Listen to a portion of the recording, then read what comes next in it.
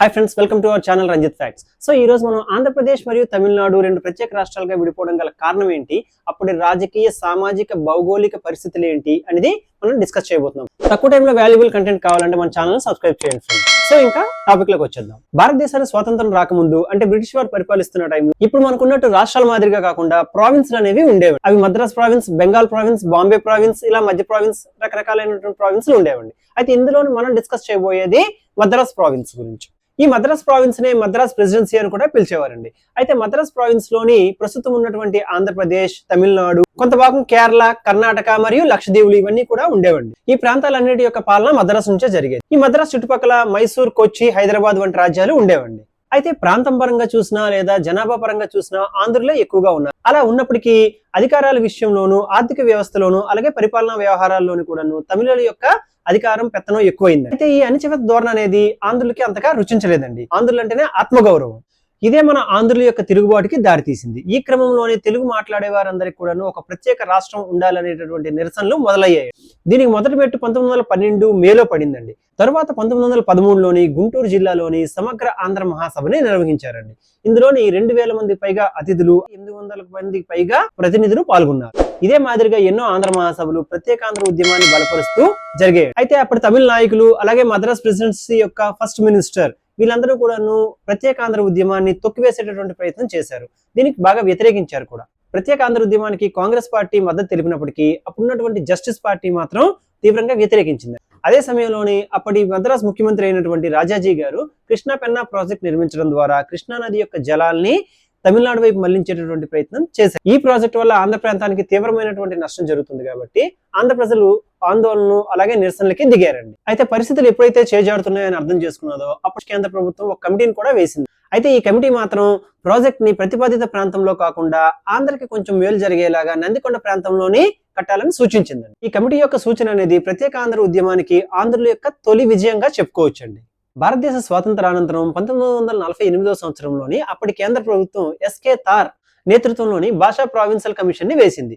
అయితే భారతదేశంలో వివిధ రాష్ట్రాలని భాషా ప్రాతిపదికన విడదీసేటటువంటి అవకాశం ఏమైనా ఉందా అని ఆ సాధ్యాసాధ్యాలని పరిశీలించడానికి వేసినటువంటి కమిటీ అండి ఇది. జస్టిస్ ఎస్కే తార్ నేతృత్వంలో వేసినటువంటి ఈ కమిటీ చివరికి భాషా ప్రాతిపదికన రాష్ట్రాలను విడదీయడం కుదరదు అని చెప్పి సిఫారసు చేసిందండి.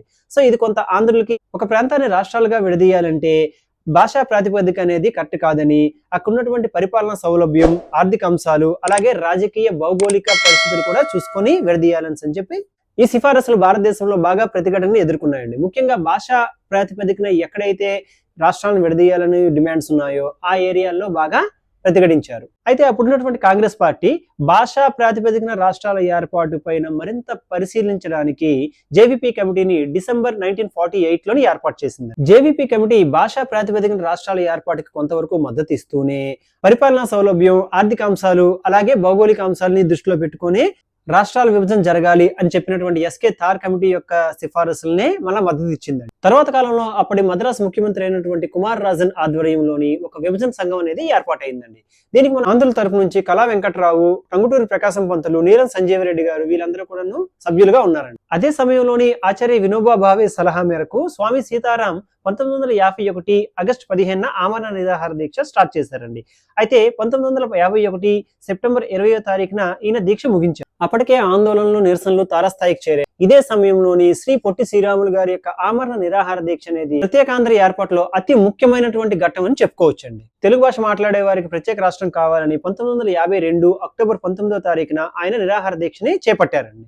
అయితే 56 రోజుల పాటు నిర్విరామ నిరాహార దీక్ష చేసినటువంటి అతను 1952 డిసెంబర్ 15వ తారీఖున మరణించారండి.